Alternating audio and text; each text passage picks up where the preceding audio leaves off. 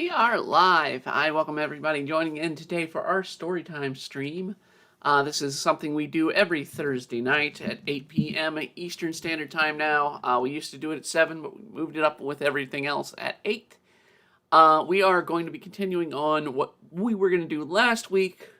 Unfortunately, because I was sick, I was not able to do a reading. So we're going to be doing this week's reading, which is continuing our story of 11 Kingdoms. I am going to give a forewarning at the beginning of this chapter that this one is dark. I wrote this in very much the sense of an event that occurred in my lifetime. Some of you may be too young to remember it. Some of you may be old enough to remember it. But we are going to be going over something similar in that sense in this story. So just forewarned, it does get dark in here. So I'm going to take a little bit of a water first, and then I will get to reading. Okay. Chapter 3, The Great Devastation. Camera System, Division Onyx, Team 47.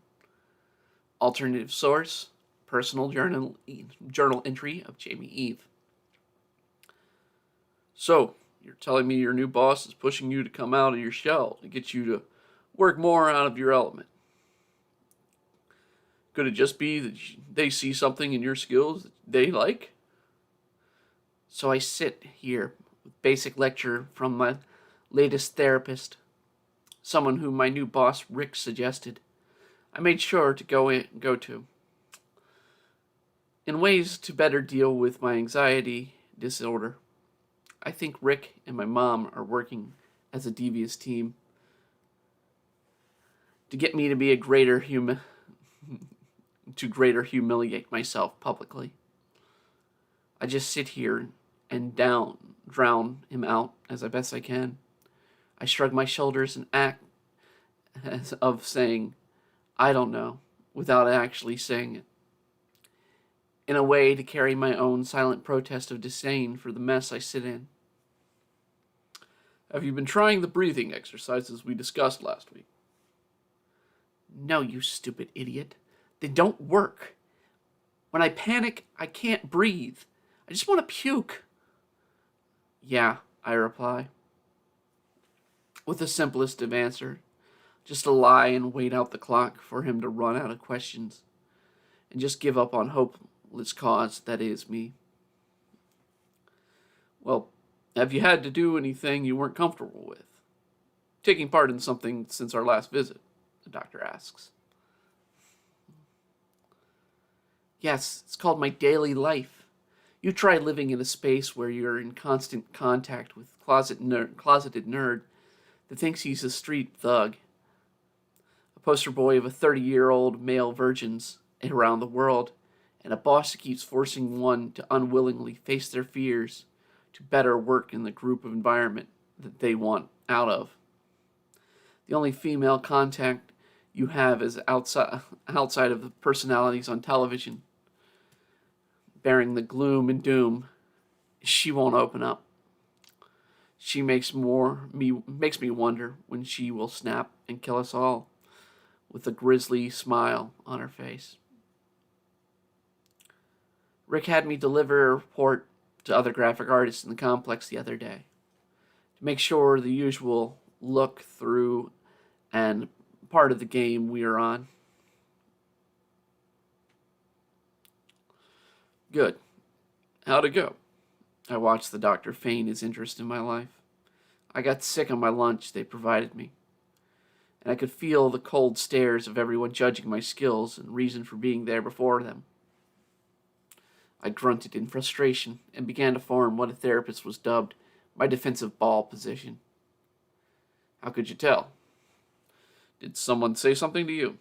He nods and takes a sip of his drink. No, I just could tell by the way they looked at me. I just lay off, okay? They were judging me with their eyes. I could see it. Their constant staring was driving me mad. Get off the subject. How did they look at you? How did you know they were judging you and not just processing the information you were giving? I get lost watching him click his pen. I just know. It's like a sixth sense. I could feel their disgust in me. I began to grit my teeth and feel the same feeling towards the therapist I had for my mother's lectures to me. I think you're paranoid. Perhaps we could look into some medication to calm your nerves, but first, I want to know, how do you sleep at night? And eat each day? Where does this guy go to say this crap? Why does my sleeping and eating matter towards my anxiety? I really don't understand. I sleep in a bed and I eat food. Is that what you want to know? I reply as I hold myself back from snapping at him. No, I mean, how long do you sleep? Is it restful? What kind of foods do you eat? Each of these can affect the body in ways that enhance the anxiety disorder. More so in the case like yours, where you suffer the severe effects of it. I look at the therapist peering at me over the edge of his rimmed glasses, which I swear he simply wears to make me feel like I'm being berated by him and his stare. Well, I guess I could sleep better. I mean, I get about 6 hours, but with trying to deal with all the pressure of the game, and I don't sleep that often. And I guess I get a meal each day. I give in as I'm running about 3 hours of bed rest and nagging the urge to get back to the game, where I intend to secretly design the city simpleton after this man. Okay, I have a good idea what to prescribe you for. I would like you to try this, and then next week we'll see how you do. The doctor sits forth from his desk, writing on a notepad. Looks like I have meds to go by. Tearing the note, he hands it to me. Now read it back to me. I look at the note, and I'm shocked it's not medication at all. 8 to 9 hours of sleep, 3 meals a day, and regular exercise. Are you kidding me? How is this to help my nerves? Studies show that people with anxiety disorder have regular amounts of sleep and food and exercise will cut down the stress in their lives and let them handle it better. I watch the doctor peer over his glasses, and as he addresses me. But I can't. My work is... I try to work my way free of adding on to an already heavy caseload, stressing you out. Given you're under their eye at all times, but from what you told me, in the past they have active places for the staff to go and release stress physically. I suggest you start doing a workout regime, preferably one that is heavy cardio activity. It will, in turn, help build the need for both food and rest. This will help calm your body from stress of your daily work and the environment you live in. I want you to try this before I get you on any prescription medication. As tests shown, medications tend to affect the creative mind in bad ways. So, I think it's best to avoid them as much as possible for you until we have tried everything. He shows a smug smile as he finishes saying, I know you better than you know about your life. And if I don't follow your advice, I reply with full intent to not do as he asks, then I don't think I can help you. Only you can take part in this and get yourself free to feel better. I can't lead you, nor can anyone else. So let's try this, and I'll see you next week, okay? He sighs and makes a note of my words. I say nothing, just nod in reluctant agreement, while I rise from the seat and walk out the door and make my way to the subway system, the back of the grind. My mind is focused on the issue, trying to follow the advice of that I know-it-all, pisses me off. I find my movements to be made with great haste as rage fills my head. I knew my mom and Rick were behind this whole scam. Looks like the doctor is also behind all this. Exercise. Yeah, right, this'll clear my head and make me not suffer every time. No, don't let me. Don't just. No, don't let me just shut myself up in a calm and quiet room. No, I have to exercise, eat, and sleep. What a joke! I try to take note as I just pronounced that out loud, to look and see if anyone is staring, but instead, I look to find the streets quiet, vacant. Okay, given this is just a suburb of Northern Virginia, but it's 11:35 on a Tuesday. What is today, some kind of national holiday? I quickly pull out my DAS from my purse, confinement, and take a note. Mom has called me 15 times today. What the heck? Even for her. That's a bit overkill. Anyway, I don't want to talk to her. My mind will just have me take or try to work out my frustrations and try to work her reactions through the space of wireless signals of my imagination. So I'm glad I didn't go for the video projection model that my mom wanted me to buy. Just another useless gimmick.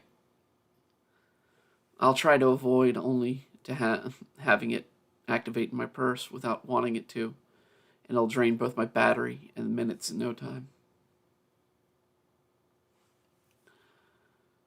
I turn to the daily calendar, and it's thought, no holiday. So what could be going on? I make my way down to the subway line and ride back, and still no people. This, in all of 5 years of my living in DC, is the first time I've ever saw something like this. Even at the latest hours of operation, the subway always had stragglers. I watch the train pulls in, and finally I see people getting off. But only a few. Looks like the train is full of people. Makes me puzzled, and I recheck the time, wondering if for some reason I'm here at a rush hour. 11:43. No, it's not me. What the heck is going on? I get on, take a seat, looking back at people getting off the train. I swear I see many of them in tears, even a few running off. Some people are hugging each other. Never in all my years have I seen this massive a group of sorrow and human kindness with strangers. Seriously, what's going on here? Was this city attacked again? Like the missiles that struck 20 years ago? Given DC only had a handful of casualties, but still, with the Lincoln Monument still being rebuilt, it's odd seeing something like this in my lifetime. The doors close, and I know soon I will be home. Yet, little of what I can think can prepare me for the coming events. As I finally leave the subway station into Crystal City, I start to walk to the Onyx Towers, as the crew has already come to call them. I witness many of the staff that has gone out to grab lunch, rushing back in. Suddenly my DAS beeps, notifying me of an incoming message. It's not Mom. It's not my mom this time. No, it's work calling for a mandatory staff meeting in the built-in theater on the first floor. As I stand puzzled by the message, when I get a push on my shoulder, I go about turning to look and see Moses. Hey girl, get a move on. Something big's going down. What is it? Do you know? I ask, turning my DAS on standby, following his lead. You mean you didn't hear the news? Where have you been? I try to match his pace with him, but which is hard, as he still has hands full what looks like lunch for the other guys in our group. Therapy. No outside influence is allowed. Means no electronics. I say, shaking the small black box in my hand. All I know is something's happened in San Francisco. And now the whole company is flipping out because they can't reach the offices there. Moses shouts back, carrying a box of collection of food. Did something happen at San Fran? Black Clover houses one of the 7 of its main branches in San Francisco's financial district, as its offices throughout the city, other parts of the West Coast. Worse yet, 11 Kingdoms creator lives and works in Kyoto. The main game's operations are handled in the branch in San Francisco, meaning if something happened to them, then the project could be affected in a bad way. We head in, followed by a bunch of other people, and make our way to the theater. The people at the door ignore Moses' collection of food, and we seek to join the rest of the team. I toss the DAS in my bag and a habit and ignore my mom from calling me a 16th time. Moments after, we take our seats and Moses hands off the food to the rest of the group. Gavin quickly pulls the tab on the release of the box's heated generation and waits for the designated 10 seconds to tear into the fleshy heated food as if he hadn't eaten a thing for days. I turn to see Rick take his lunch and just place it on the side of his feet. His concentration is set on his DAS, sending text message after text message. I wonder who he's trying to reach. Melissa just sits there with her food in her lap, only drinks some of the bottle of water she had with her. Slowly, always keeping her eyes locked on the screen in front of her. What happened? What is all this about? I asked the group, clearly labeled outside, as the clearly labeled outsider in all of this. Yet my question goes ignored by the group. Rick looks at me, and his face is filled with sadness. I look around to see many people acting such the same way as my group. Some have food, some of them from their lunch breaks. Others move quickly, putting food away. So many people are choosing to go hungry. What could turn people not to eat? Some of the people on their DASs talking or texting other people they know. One thing remains. All carry a solemn look on their faces in some tears. A few people are hysterical cries of sadness, but those are quickly escorted out by others. I can only guess to comfort them in some way. A man in a slick business attire walks onto the stage. I soon note him to be Frank Williams, the lawyer I had interviewed me for the job months earlier. I think we'll let everyone join who hasn't gotten in yet to fill the seats as they can. Go on ahead. Start the feed, guys. But mute it for a sec. He gazes up at what I can only guess is the staff operating projection system in the speakers. The screen goes blue, and then suddenly the news channel bursts into view. Then I see the words that broke so many hearts. Words I knew that had caused so many empty streets. Random hugs and tears I saw on my journey here. The words that would cause my mom to worry enough to have me called me so often. As the news report shows, the message, a 9.5 earthquake hits downtown San Francisco. All communication was lost. Ladies and gentlemen, we at Black Clover Gaming have brought you here today to ask you all stand with us as we get the info. Currently, our offices in Nevada are trying to reach both the offices in LA and San Francisco. And in a few minutes, we'll receive a reaction shot. We are told by a team of the scene from a drone. New York, however, wanted to assure you all that no matter what happens, this project will go on. They will just have to assess what needs to be done to proceed the project at hand. The words of Mr. Williams were broken as the face of Gail Jarade, Black Clover Gaming's official spokeswoman, appears on one of the dozen blocks and then expands to fill the larger space. She starts talking. The staff quickly cut on her. The tragedy that occurred this morning at the start of the day in San Francisco breaks the hearts of this company and all of those other divisions taking full effort to aid the authorities in helping the victims of this horrible event.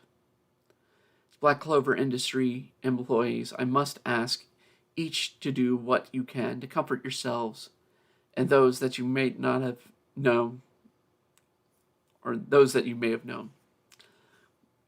The current actions of K11 will continue, and the survivors of this incident will be housed in temporary locations and worked on their end will be distributed to other locations to help on us on schedule. I grit my teeth at the words. How can they act like things go on as normal? We don't even know who or what is left in San Francisco. I watch as she turns to face someone talking off camera. What's that? We have a feed from the drone. Good. It will come out anyways. Might as well show the staff. Ladies and gentlemen, I apologize for the following disturbing footage. Coming up, but I'm told our drones have arrived and are sending back the first images. These images we will show you now. The pictures switch to a new view. It starts fuzzy, but as it clears, all that is seen is a gray, flat land with smoke rising. The room is filled with gasps and horror as the vision of twisted red metal of Golden Gate's bridge remains lay and crumbles and ruins barely sticking out of the bay. Soon it's understood the Gray Hill mass is what remains the very place that housed our offices in town.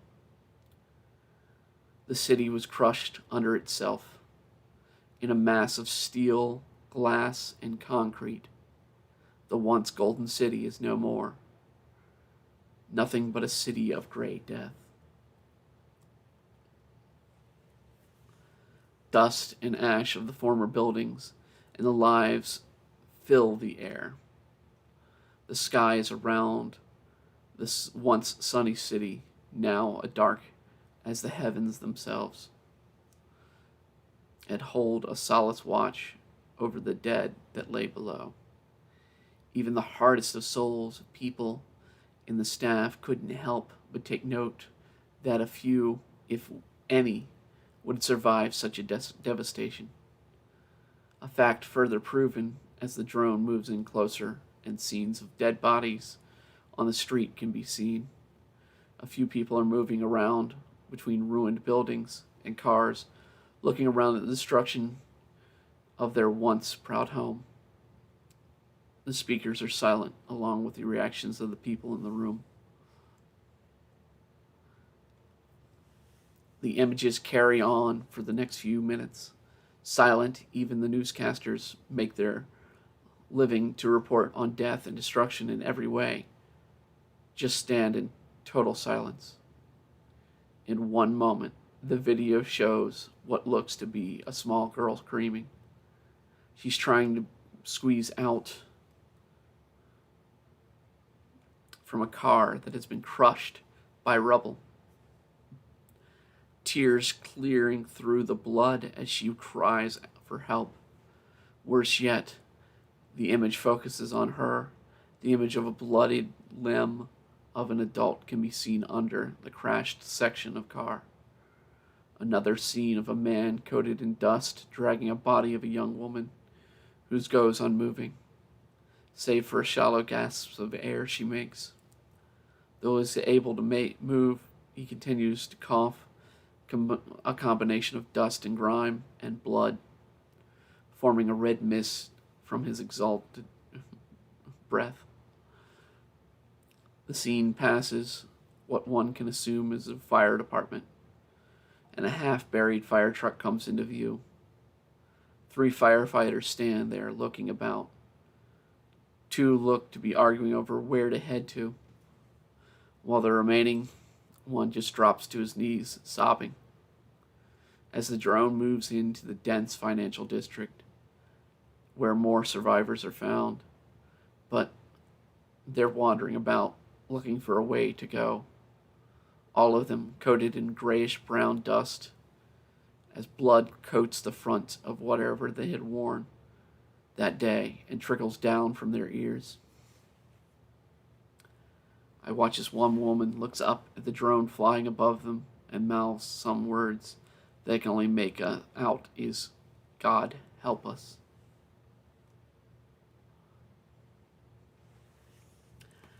I turn from the screen when I hear noise hit my ears. I can hear the distant, constant wheezing of Gavin, strongly near me, growing louder and louder. I turn only to look and see he's calm and fixed on the screen. Worse yet, he goes on eating his lunch, unbothered by the scene displayed before him. Yet the wheezing continues. My hands feel a cold sweat about them as I place my hand on my chest and note the location of the wheezing is coming from me, my own panicked body. The wheezing causes my chest to vibrate slightly, and I struggle greater to gain the next breath. Feeling of nausea begins to hit me, and I excuse myself from my seat, staggering as I hastily walk, with the footsteps of Melissa following behind me, in the path of my tears. I make it to the public restrooms and find an open stall. With the sounds inside, I can tell I'm not the only one affected by the footage in this way. Between my coughing and what little I had in my system, a faint knock is on the stall. "Just a minute," I cry back, only to note I never actually shut the stall, and can see a cold stare of Melissa looking back at me. Her stare makes my nerves hit my stomach even stronger as I feel a sense of disappointment in her face. "Are you okay, hun? Did you know anyone that would cause you to get this upset?" she says, with a betrayal of concern. I wipe my mouth and sit on the cold floor and look back at her.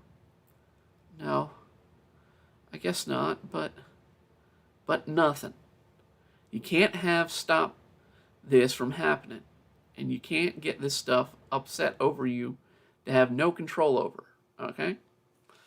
Hell, for years they've been predicted this, but even still, no one could stop it. It's God's plan at work."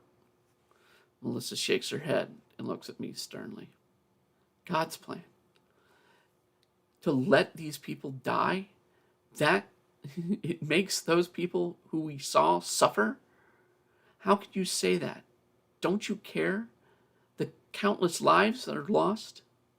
She walks up and grabs my shirt.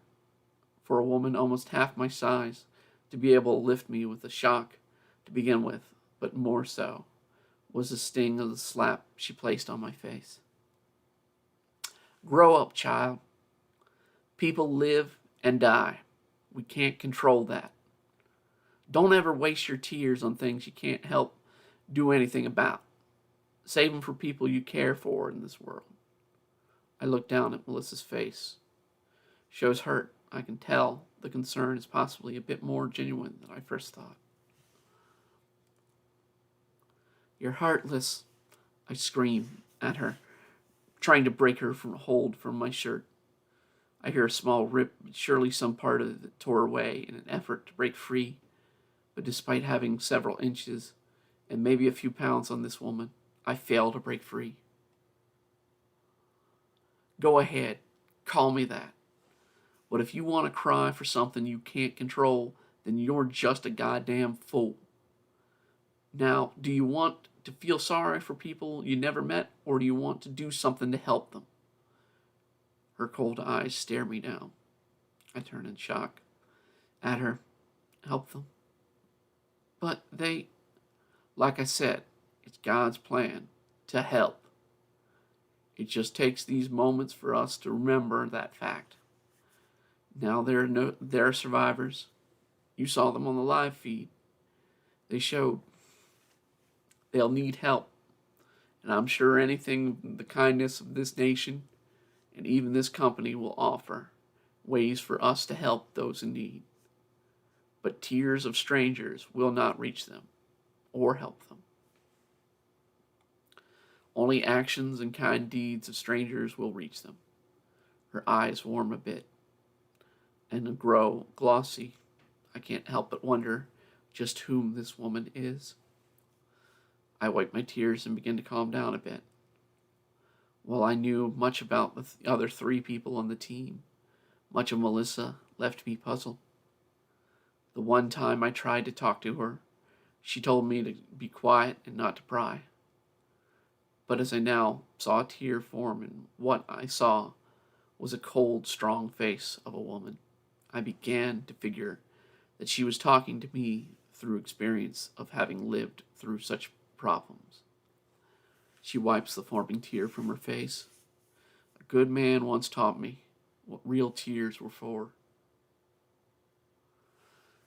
She was quiet for some time as I just stood there and looked at her. A few months before landing this job, my husband died, trying to save some victims in a hostage situation. Damn fool had to play hero and got killed trying to free a bunch of possible kidnapped kids from a drug cartel on the border. He didn't know the kids were already dead, nor did he know the trailer they were housed in was wired to explode when police arrived. I think back to hearing a story on the news report of an explosion in Texas back in my graduation. Explosion claimed the lives of 3 police officers, and it was found to be a trap set up by the drug lords to bring fear into the people in the surrounding area.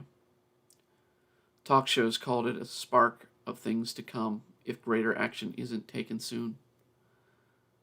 The government reacted by doubling the number of officers at the border to try and stop the future actions like this. And now I stood face to face with the widow of one of those fallen soldiers. Comfort won't come to you in this hunt. We have to live on, to move on in our lives. Melissa loosens up her grip on my shirt and begins to help me by grabbing a piece of toilet paper to wipe my nose.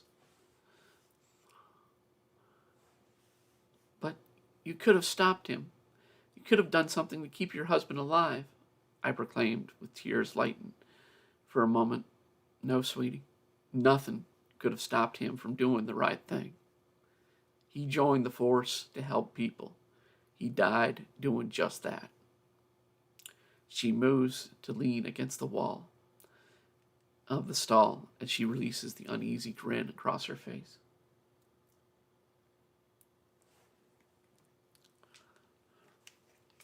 Take a drink. Ooh. But you said no one lived, I state. Yeah. In the explosion, everyone died. But if they had chosen not to take part in the mission, then the border wouldn't be more as enforced and more innocent lives would be lost to more drug violence. God help me, I do miss him. Every morning I wake to find him. I lay alone in my bed. He will never again lay there next to my side and where I can hold him tight. But nothing I could have done would have stopped him from doing what was in his mind as the right thing to do. And I don't think I would have, given the chance. He taught me what tears are for. He taught me to wear my heart on my sleeve, but to guard it with my fist when something threatens it. While I never will find him in my arms, I have him in my heart, and he taught me to always share that heart by lending a hand in helping people. She wipes her face and again turns to face me with a warm smile. So, we will get our stuff together, you and I, We'll go forth and we'll see what we can do to help these survivors out, okay? Reaching out her arm, I take it and smile back. Okay. The two of us walk to return and see that some have started to leave the room as well. A few head to the bathrooms, but more head on towards the elevators and doors to return home. As we walk in, I see Rick still busy texting on his desk, while Gavin and Moses seem to be talking. The scene is turned on to a collection of newscasts with a global feed in the middle coming through the speakers. Lawyer Frank Williams is sitting next to Rick trying to talk to him while he remains distracted from his texts. Your efforts are in vain. You won't reach anyone. Mr. Williams tells Rick. He goes on texting, and I question, who is he trying to reach? Though I haven't met them, I know Rick's family is here in D.C., but Rick is one of the most experienced members of our branch with Black Clover, so he could be trying to reach people he knew. Given if anyone's alive, then you still can't get through to them. And any cell tower or lines will be busy at best, if not cut completely. I know. I'm trying to reach the offices in New York and Tokyo, Rick replied with shocked group looking on. San Francisco held much of the system's records and data. Along with that, we need to see what we can do to help the staff in San Francisco by relocating them to new locations. My team has empty spaces I can offer. I'm trying to see. His words are halted as Melissa walks up and cups her hand over his desk. Not now, Rick. The wounds are too fresh. While I understand you want to continue to live life as normal, as all here and there, let's find a better way to help out. But now I think we should be calling someone else. I look on as Melissa shows a warm, calm glow on her face, and Rick's face curls under, and I swear I saw a tear shed from his face. He quickly got up and walked from the group and began to dial a number. We looked on to see his response to who calls. In moments we get response, "Hi, honey. How are you?" And Lily holding up. His work in all that went on today distracted him from his family. I began to feel guilty myself to think back the fact that I have my own DAS, with countless messages from Mom. She thought first of me, but I ignored her until now. Rick is the same. He's worried more about the job than his own family. We lost sight of the greatest treasures in the face of the great disaster. Mr. Williams turns and looks at the rest of my team. Keep strong, but stay with your team leader. He lost many friends and former co-workers today. I too have lost friends today. But I assure you, we will not let this set back our track here. Now, if you'll excuse me, I have my family and friends to get in touch with. He pats Melissa on the shoulder in a way to say good job. We hang around the group to be with Rick. It wouldn't be till late afternoon till we got him up the stairs, and in a few hours the face of a stressed woman and a small girl who didn't quite understand what things were going on appeared on our floor. The girl was more interested in riding the elevator than as to why her father was so distraught over the day. Yet she was happy to be in the strong grasp of her father's arms. Taking a moment as a cue, I finally called home and checked in with Mom. The call was one of the longest we ever had, where neither of us yelled at each other for something. All we did was talk about the day, our lives, what it meant to be us. For the first time, I could think I never so wanted to be closer to home than be at her side. As the sun began to set, Rick finally would leave with his wife and daughter. It would be a few weeks before the staff saw him again. He needed time. We all knew that. So it didn't matter. We just worked to move on.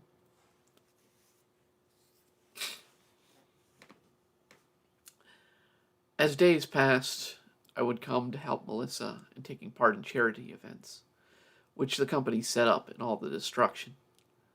The word would come of of more survivors found each day for 2 weeks, but the devastating numbers would be overwhelm the public, as over 5 million people were found dead or feared dead.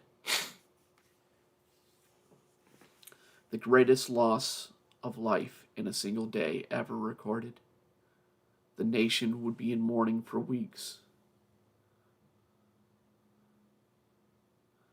Alright, hold on, I lost my... Okay, there we are. Black Clover found that indeed the staff of their San Francisco offices was hit hard.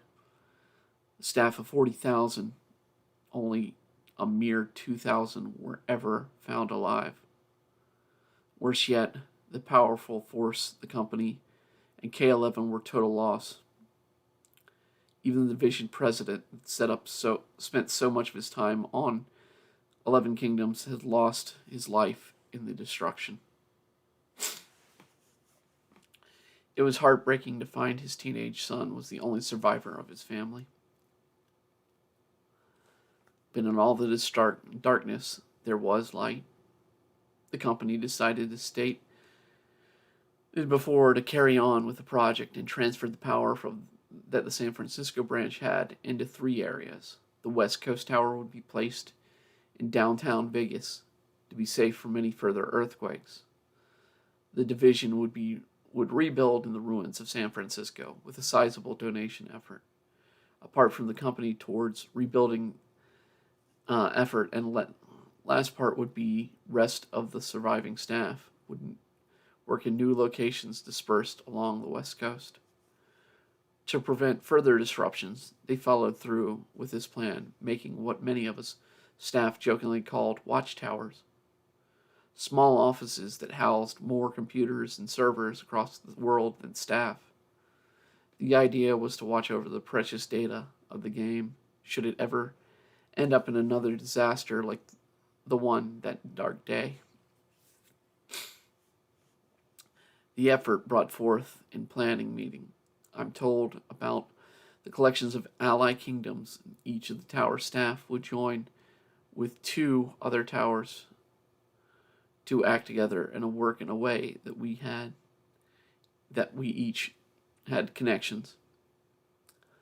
Our allies became Sapphire Team of the West Coast and the Gold Team in East Asia. As the time came for the 2-month anniversary of the great day of destruction, we could begin to see the beginning of a new day. A day I haven't quite gotten a hold of yet. It's my new morning routine of joining Melissa for a morning run.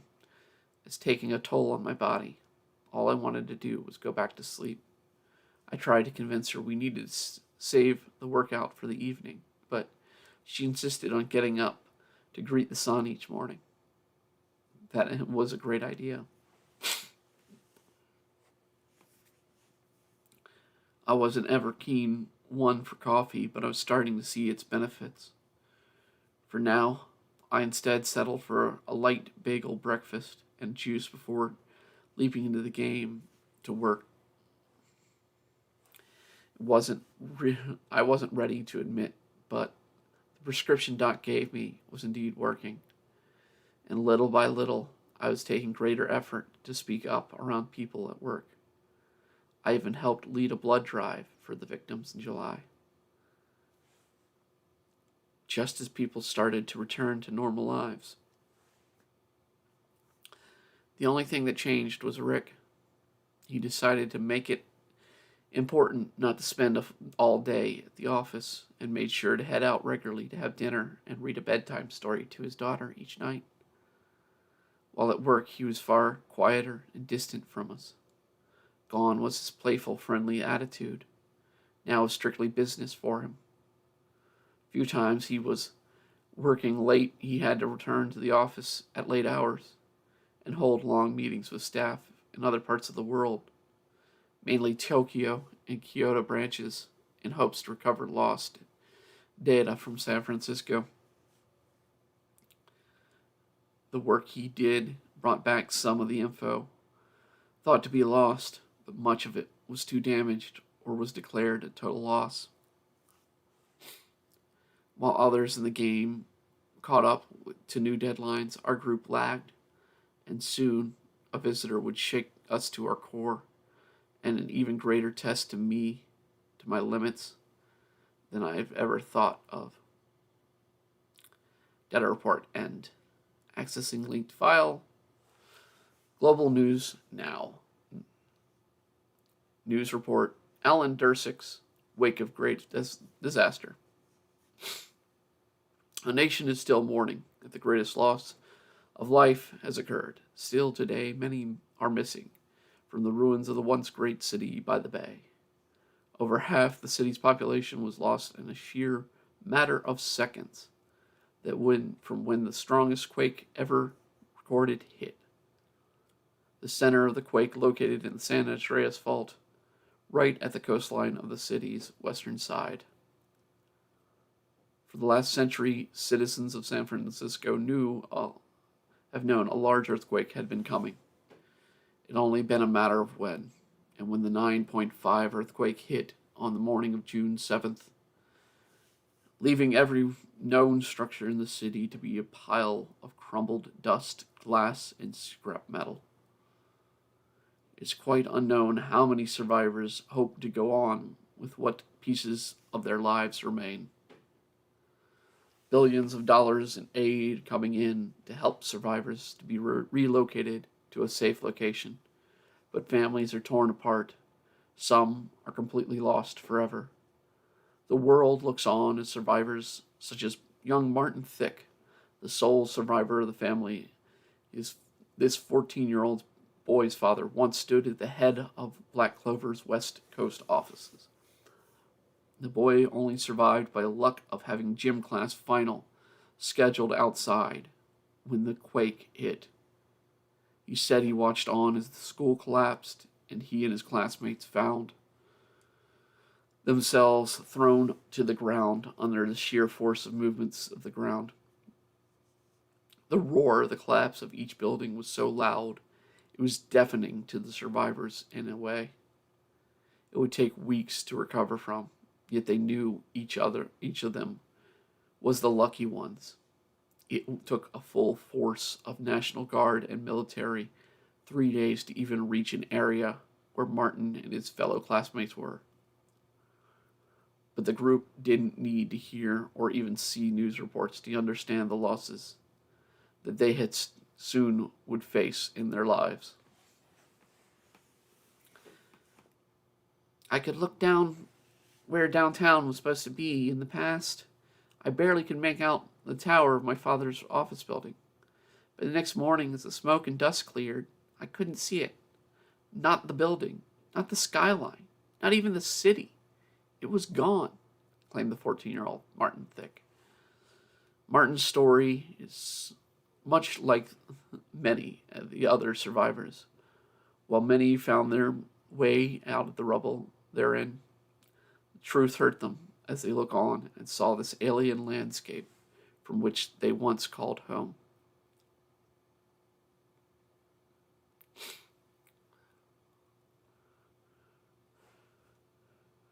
All right, let's see here. But despite the great loss of light, aid has come in not only from the funds of personal, but other ways, with offers of relocations and families rebuilding efforts already in discussion with the city, state governments, and outside sources like Black Clover Industries, which has promised to take a massive campaign to triple its construction workforce worldwide, along with the help of rebuilding the fallen city. Help moves towards building a new San Francisco on the ruins of the old. Even now, while cleanup continues, waves of volunteers and skilled servicemen and women are being brought forth to aid in the reconstruction effort. As for young Martin, He plans to stay behind in the ruins and help it rebuild. I want to rebuild my father's vision, not his offices, but the city as well. His vision of the world should carry on, and I will do what I can to provide by carrying on his work. Black Clover agrees with the young man and is offering him not only a home but aid in the projects. He sees needed projects. He sees needed to help rebuild the company base in San Francisco. So while the sun sets on the ruined cityscape, many, including this reporter, look forward towards the dawn of the next days, weeks, and years on this new city, which Martin and others are helping to build. Black Clover Gaming Losses and Damages CEO Report. The following are the lists of damages and losses in the western branch of Black Clover Gaming. Damages to San Francisco branch, complete loss. Number of staff before earthquake, 38,947. Number of staff reported alive after, 1,727. Number of games the staff was working on, 8. Projects staff was working on now declared a loss. Division, 11 Kingdoms Sales. Division, 11 Kingdoms Tower Staff Support. Division, 11 Kingdoms Promotional Advertising. Division, Black Clover Gaming Marketing Sales and General. System, 11 Kingdoms Central Service. System, 11 Kingdoms West Coast Server. System, Neuralink System 5.5 Pro. System, Neuralink System 2.0 Home. Game, Bloodpool, continued production. Game, Bloodpool, Copycat Crimes, pre-production. Game, Blue Eagle Racing, pre-launch production. Game, Hammerstorm 4, relaunch production. Game, New Revolution, pre-launch production. Game, The Gridiron 3, pre-launch production. Game, 11 Kingdoms. Game, Stress Out, post-production. Not all that is listed above in the reports is a total loss of the division. As the director's office is run by Charles Thick. Estimated cost of the company, $3,743,000,000,000. Current restoration and relocation plans of the remaining staff of Western Branch work on the following branches. Los Angeles, 11 Kingdoms West Coast Division staff, Blue, 1st Division. 11 Kingdoms Blue, new servers. Las Vegas, West Kingdom Coast Division staff, Blue, 2nd Division. 11 Kingdoms West Coast Blue, Tower. Chicago, Bloodpool, continued production. Bloodpool, Copycat Crimes, pre-production. Hammerstorm, relaunch. New York City, 11 Kingdoms Promotional Advertising. 11 Kingdoms Production Leaders. Black Clover Gaming National Marketing and Sales General. Seattle, Neuralink Systems 5.5 Pro, Neuralink Systems 2.0 Home. Uncommitted, 11 Kingdoms Central Servers Location.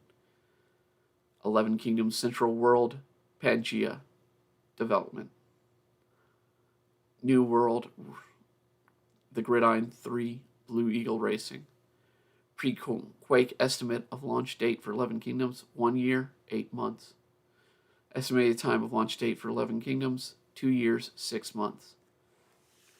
Currently suggesting creating small tower locations in set cities throughout designated areas to avoid delays in 11 Kingdoms. Black Clover press release, loss of friends and allies.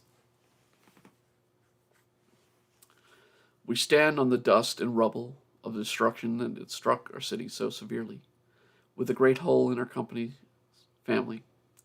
The lives of our friends and lost loved ones stand as a great loss to this company and this world. The pain we feel here is the pain of loss. We can move on in this world. We can live on with our lives. But this pain will always remain with us. Our loved ones are gone from this world, but not from our hearts. We at Black Clover wish to take note of this, and we stand, but still stand, but we will not forget.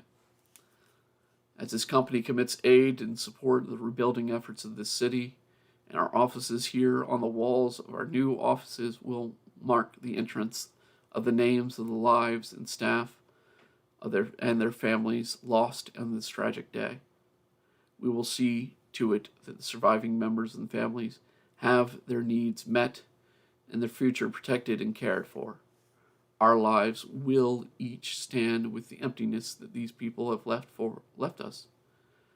But in their honor, we will carry on their work. Life will move on. Thank you and good day. Report end. Accessing next report. All right, that is the third chapter. Like I said, it's a dark one. This is a very important chapter. That yes, I wanted to do the destruction, or I chose the destruction of San Francisco with the big quake, as it gets called in this chapter, and it goes called regularly throughout later in the story. It gets known as the Great Devastation. Where, yeah, I did the math of basically at the time what San Francisco's population was, said, oh, well, growing population, let's grow it. And then I destroyed San Francisco. You will see it be rebuilt a bit in this story, because it will come back to San Francisco later in the series, both in the story and in the series. But this is a very important chapter to sort of build up a couple different things. Most notably, the terror of Rick and his family, where he kind of struggles back and forth on work and life. Also, the binding of Melissa and Jamie. So they're becoming a relationship. And lastly, this is the chapter we get a very important note for a character later in the series. This is a very, very important chapter for the later points of this book. Chapter 3, the building up. I wanted to do this great devastation. Yes, it's based off. I used the basis of 9/11 for this. Basically, I was like, oh, how is this going to look? How would a city destroyed look like? And there's no better way to look at it than to see the events of how people were in 9/11. And to focus back on my own time at 9/11. And how the world just seemed silent after the events. Or at least America just, it was just you could hear a pin drop outside. As I recall, it was just dead outside. And yeah, I had to do something of larger scale than that. And so it's a good setup. It also breaks up and sort of builds into what's going to happen in the next chapter. We will be back to this story later this month. I believe I have one requested story. If you have a story you want requested to be read on this series, a fan fiction, a story of your own, or something like that, I'd be happy to read them. Next week, I think we're doing that. If not, we will do another. We'll go to a lighter mood, and we will do Well, actually, it's not much of a lighter mood, is it? It's somewhat of a lighter mood. We will return to our Isekai chapter next week if we don't have that. I am going to start putting the Sailor Moon Andromeda Factor in as a regular reads too, because people kind of like that one, so we're going to keep that one going. If, as always, like, comment, and subscribe. These are only supposed to be about an hour long. So I thank you all for joining in tonight and listening to me prattle on the third chapter of 11 Kingdoms. Definitely check it out. We have it on, currently available on, what is it, Honeyfeed? And it's also going to be available on Amazon later this year for purchase. I believe we're going to try and get it in hardcover also. But I thank you all for joining. I hope you have a wonderful evening, a wonderful night, and a wonderful